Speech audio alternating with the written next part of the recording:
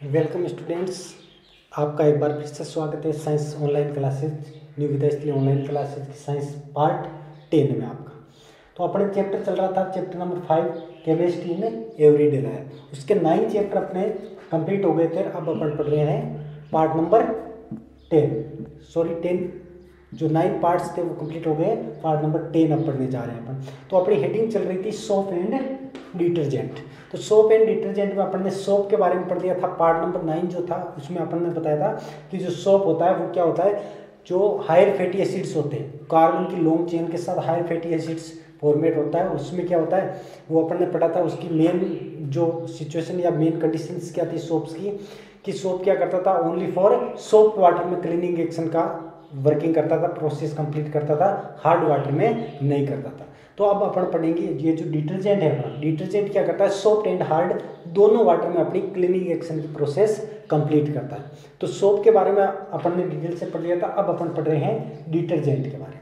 Soap के next है detergent. तो देखो डिटर्जेंट मैंने यहाँ पे पॉइंट लिख रखे हैं, जिस प्रकार से नोट्स में पॉइंट बनाते हैं उसी प्रकार से आपको शॉर्टली ये पॉइंटों के रूप में आपको याद रखना है कि ये जो डिटर्जेंट होता है वो होता है क्या है। डिटर्जेंट सोप के बारे में अपन ने पहले ऐसे नोट्स बना के पढ़े थे और आप पढ़ रहे हैं डिटर्जेंट के बारे में। तो देखो डिटर्जेंट में होता है क्या, सबसे पहले आपको याद रखना है work with soft and hard water. यानी सोप क्या करता था, ओनली फॉर सॉफ्ट वाटर में क्लीनिंग एक्शन की प्रोसेस करता था।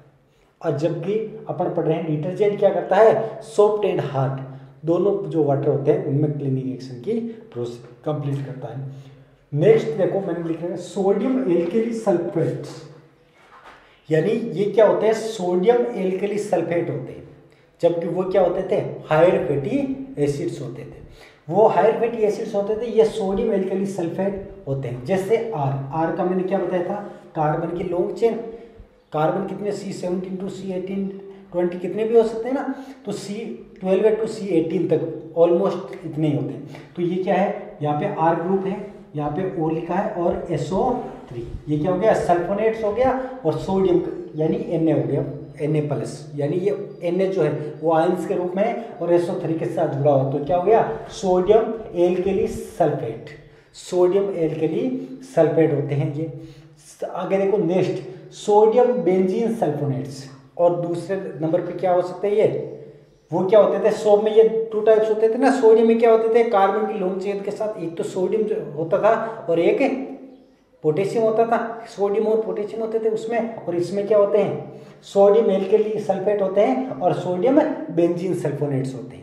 तो इस बेंजीन क्या होता है, C6H6 होता है इसका फॉर्मूला। तो ये क्या होगा, बीच में जुड़ जाएगा, C6H5 जुड़ेगा यहाँ पे बीच में, और SO3 Na+, ये क्या हो गया, सल्फोनेट। यानी ये हो गया बेंजीन सल्फोनेट्स और ये हो गया सोडियम सल्फेट्स।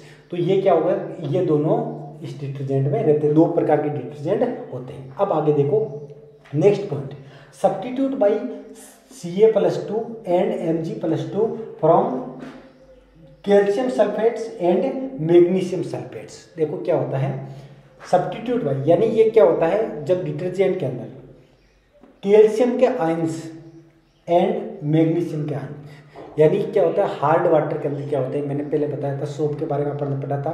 तो अपन ने क्या पढ़ा था कि जो हार्ड वाटर होता है, तो हार्ड वाटर में क्या होता है, कैल्शियम के और मैग्नीशियम के आयंस होते हैं।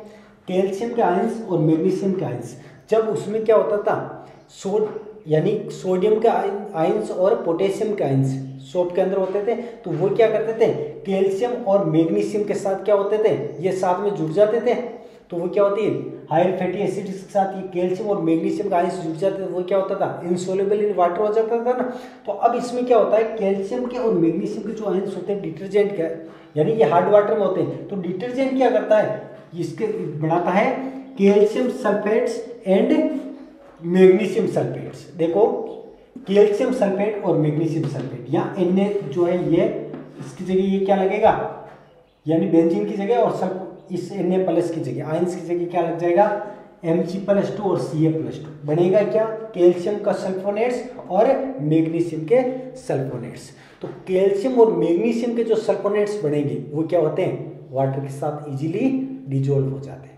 तो वाटर के साथ जो इजीली डिजोल्व हो जाते हैं तो ये क्या करता है, क्लीनिंग एक्शन की प्रोसेस कंप्लीट कर पाता। तो यही कारण है कि जो सोप होता था वो हार्ड वाटर के अंदर क्लीनिंग एक्शन नहीं करता था, वो क्या बनता, प्रिसिपिटेट्स बन जाता था ना, तो इसमें ये क्या बनेगा, डिटर्जेंट के अंदर ये चीज़ नहीं बनेगी। देखो डू नॉट प्रिसिपिटेट, इसमें प्रिसिपिटेट नहीं बनता, आउटसेप नहीं बनता। क्यों नहीं बनता है, क्योंकि ये क्या होता है, कैल्शियम और मैग्नीशियम का अंश जो होते हैं वो जब इनके साथ जुड़ते हैं, डिटर्जेंट वाटर के साथ डिटर्जेंट के साथ जुड़ते हैं तो क्या हो जाता है, कैल्शियम के सल्फोनेट्स और मैग्नीशियम के सल्फेट्स बनाते हैं, जो क्या करते हैं, वाटर के साथ सोलेबल होते हैं। तो वाटर के साथ सोलेबल होने के कारण क्या होता है, डू नॉट प्रेसिपिटेट, यानी ये आउटसेप नहीं बनाता है, तो वो आसानी से क्या हो जाता है, डिजोल्व हो जाता है। वाटर के साथ डिजोल्व होने से क्या होता है, क्लीनिंग एक्शन की प्रोसेस कंप्लीट होती है। नेक्स्ट पॉइंट मैंने लिखा, देखो cleaning actions of soaps and detergent take place by formation of micelles. ये क्लीनिंग एक्शन की जो प्रोसेस होती है, सोप और डिटर्जेंट दोनों में जो क्लीनिंग एक्शन की जो प्रोसेस होती है वो किसके द्वारा होती है, मिसेल फॉर्मेशन के द्वारा होती है। मिसेल बनाते हैं दोनों ही। अगर सोप क्लीनिंग एक्शन का काम कर रहा है तो ये भी मिसेल बनाएगा, और डिटर्जेंट कर रहा है तो ये भी मिसेल बनाएगा। तो ये क्लीनिंग एक्शन की प्रोसेस कंप्लीट होती है मिसेल फॉर्मेशन से। तो अब अपन पढ़ेंगे मिसेल फॉर्मेशन। तो अब अपन पढ़ेंगे micelle formation and cleaning action with soap. अपन ने क्या पढ़ा था, सोप एंड डिटर्जेंट जो दोनों थे वो क्या करते थे, क्लीनिंग एक्शन की जो प्रोसेस कंप्लीट करते थे वो कैसे करते थे, मिसेल फॉर्मेशन से, यानी मिसेल बना करके करते हैं। अब देखो मिसेल फॉर्मेशन होती क्या है, मिसेल किस प्रकार से बनती है वो अपन को पढ़ना। तो देखो मिसेल फॉर्मेशन पढ़ने सबसे पहले अपन को ये इंपॉर्टेंट पॉइंट याद रखना, आयोनाइज्ड इन वाटर।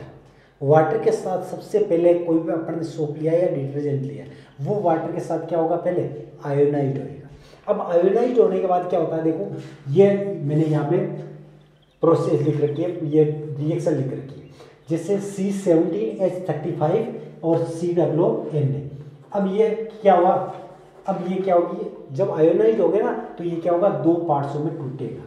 C तक हाइड्रोकार्बन का पार्ट जो है वो नेगेटिव बनेगा और Na जो है वो पॉजिटिव बनेगा। आयोनाइज होने के बाद एक प्लस का और एक माइनस का बनता है, तो मैंने ये पूरी प्रोसेस यहाँ पे लिख, तो ये देखो आयोनाइज हुआ।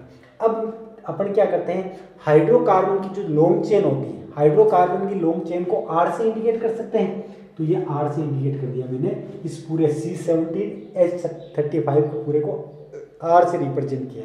उसके बाद देखो COO माइनस का बड़ा है और Na प्लस का, ये क्या होगा, जब वाटर में डिजोल्व होगा तब टूटेगा ना, ये यहाँ से टूट जाएगा। ये टूटने के बाद बना है R माइनस, ये R जो है वो कार्बन की लॉन्ग चेन है और Na प्लस का बना है। तो इस प्रकार से ये रिएक्शन और ये रिएक्शन सेम रिएक्शन है, इनमें क्या होगा, हाइड्रोकार्बन की जगह मैंने R लिख रखा और ये दोनों सेम है, यानी ये पार्ट्स जो है वो नेगेटिव का बनेगा और Na जो होता है वो पॉजिटिव का बना है। इसी प्रकार यहाँ पे पोटेशियम के सोप भी हो सकता है, यहाँ पे पोटेशियम होगा तो K प्लस का बन जाएगा, पोटेशियम का आयन से बन जाएगा अलग से।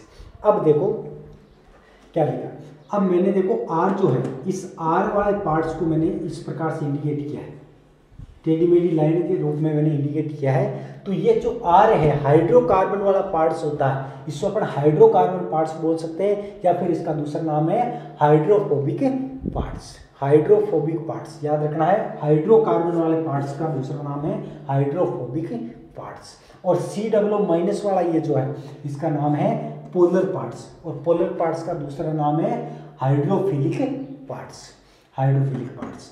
अब देखो मैंने यहाँ पे एरो के साइन से इंडिकेट कर रखा है, ये देखो इसकी जो डायरेक्शन है वो डाउनवर्ड कर रखी है मैंने, यानी हाइड्रोफोबिक पार्ट्स जो है वो डाउनवर्ड का मतलब होता है जब वो क्लीनिंग एक्शन की प्रोसेस कंप्लीट करता है ना, तो यह हाइड्रोफोबिक पार्ट जो होता है वो नीचे की साइड में रहता है, हाइड्रोकार्बन पार्ट्स नीचे की साइड में रहता है, और हाइड्रोफिलिक पार्ट्स जो होता है, हाइड्रोफिलिक पार्ट्स या पोलर पार्ट्स जिसको हम बोलते हैं, वो क्या रहता है, अपवर्ड रहता है, यानी ऊपर की साइड में रहता है। इस प्रकार से अब है अपने पास स्ट्रक्चर ऑफ मिसेल्स। मिसेल की स्ट्रक्चर किस प्रकार से बनती है, देखो मिसेल की स्ट्रक्चर बनती है जिस प्रकार से, ये मैंने टेढ़ी मेढ़ी लाइन, ये जिगजैग लाइन के रूप में मैंने ये यहाँ पे लिख रखी है ना, तो जिगजैग लाइन जो होती है वो इंडिकेट करती है अपन को ये कौन सा पार्ट्स, हाइड्रोफोबिक पार्ट्स।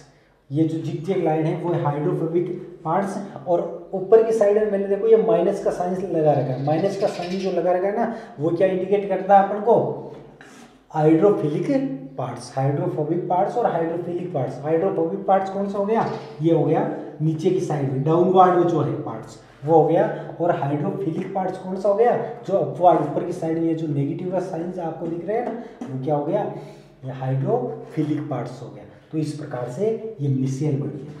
अब ये मिसेल जो होती है वो क्लीनिंग एक्शन का काम किस प्रकार से करती है। तो अगर आपको क्वेश्चन आ जाए मिसेल फॉर्मेशन को पूरे को एक्सप्लेन करना है आपको, स्ट्रक्चर बनाने की, स्ट्रक्चर तो ओनली तो नहीं बनती लेकिन इसको एक्सप्लेन करना आएगा, क्लीनिंग एक्शन की प्रोसेस को समझाना होता है मिसेल बनने, तो अपन को समझाना होता है ये पूरे इस तरीके से सिस्टमेटिक तरीके से। सबसे पहले क्या होता है, वाटर में आयोनाइज करवाना है आपको, आयोनाइज करवाने पर एक नेगेटिव और एक पॉजिटिव बन जाएगा, और आयोनाइज करवाने के बाद क्या होता है, दो पार्ट्स बनेंगे इसका, दोनों पार्ट्स एक तो होता है हाइड्रोकार्बन पार्ट्स और एक होता है पोलर पार्ट्स। हाइड्रोकार्बन पार्ट्स को हाइड्रोफोबिक पार्ट्स बोलते हैं और पोलर पार्ट्स को हाइड्रोफिलिक पार्ट्स बोलते हैं। अब देखो हाइड्रोफोबिक पार्ट्स जो होता है वो डाउन, उसकी डायरेक्शन डाउनवर्ड रहती है और हाइड्रोफिलिक की डायरेक्शन अपवर्ड रहती है, ऊपर की साइड में रहता है। और उसके बाद ये मिसेल का आपको स्ट्रक्चर बनानी है। तो इस प्रकार से ये क्लीनिंग एक्शन का काम करता है। अब देखो ये अपना चैप्टर हो गया है कंप्लीट। इस चैप्टर में अपने लास्ट हेडिंग पार्ट नंबर 10 में जो लास्ट हेडिंग चल रही थी अपने, वो चल रही थी सोप एंड डिटर्जेंट। इससे पहले अपन ने सोप का पढ़ा था, सोप के बाद डिटर्जेंट का, और डिटर्जेंट के बाद अब है मिसेल फॉर्मेशन। अब ये चैप्टर अपना कंप्लीट हुआ है। तो इस चैप्टर में कोई भी आपको अगर प्रॉब्लम हो तो वो आप कमेंट में लिख करके बताएं या व्हाट्सअप मैसेज करके बता सकते हो कि ये प्रॉब्लम है। जो भी प्रॉब्लम होगी आपकी वो सॉल्व की जाएगी। और अब बुक के अंदर जो इस 5 नंबर चैप्टर के जो लास्ट में आपकी एक्सरसाइज दी हुई है, उस एक्सरसाइज के जो जितने कितने क्वेश्चन है वो आपको सारे सॉल्व करने हैं और उसका होमवर्क करके और कंप्लीट रखना है आपको। जो भी क्वेश्चन समझ में नहीं आए वो आप पूछ लेना, मैं यहाँ पे आपको वापस समझा दूँगा। अब अपना अगला नेक्स्ट चैप्टर स्टार्ट करें।